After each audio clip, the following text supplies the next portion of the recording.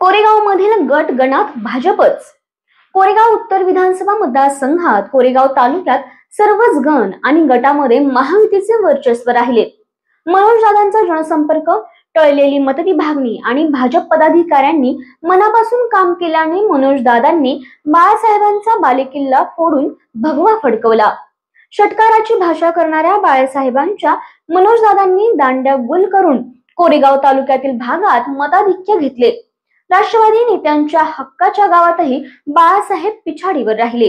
लोकसभा निवडणुकीत कराड उत्तर विधानसभा मतदारसंघात मनोज घोरपडे यांनी पायाला भिंगरी लावली होती, त्यामुळे खासदार उदयनराजेंना लीड मिळाले। मनोज दादांनी जनसंपर्क कायम ठेवला, तसेच हनबरवाडी धनगरवाडी पाणी योजनेसाठी निधी आणला होता।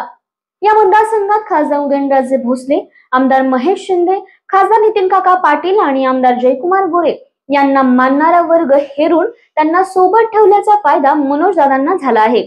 नेहमीप्रमाणे धैर्यशील कदम आणि मनोज दादा हे दोघेही उमेदवार असतील या भ्रमात बाळासाहेब पाटील राहिले होते, त्यामुळे ते गाफील राहिले। त्याचबरोबर सहकार मंत्री असताना त्यांना अपेक्षित काम करता आले नाही। त्याचबरोबर अहमदपूरसह अनेक गावात झालेल्या निकृष्ट दर्जाच्या कामाने नागरिक नाराज होते। त्यातच मंत्रिपदानंतर त्यांच्या बदललेल्या भाषा शैलीमुळे कार्यकर्ते दुखावले गेले होते।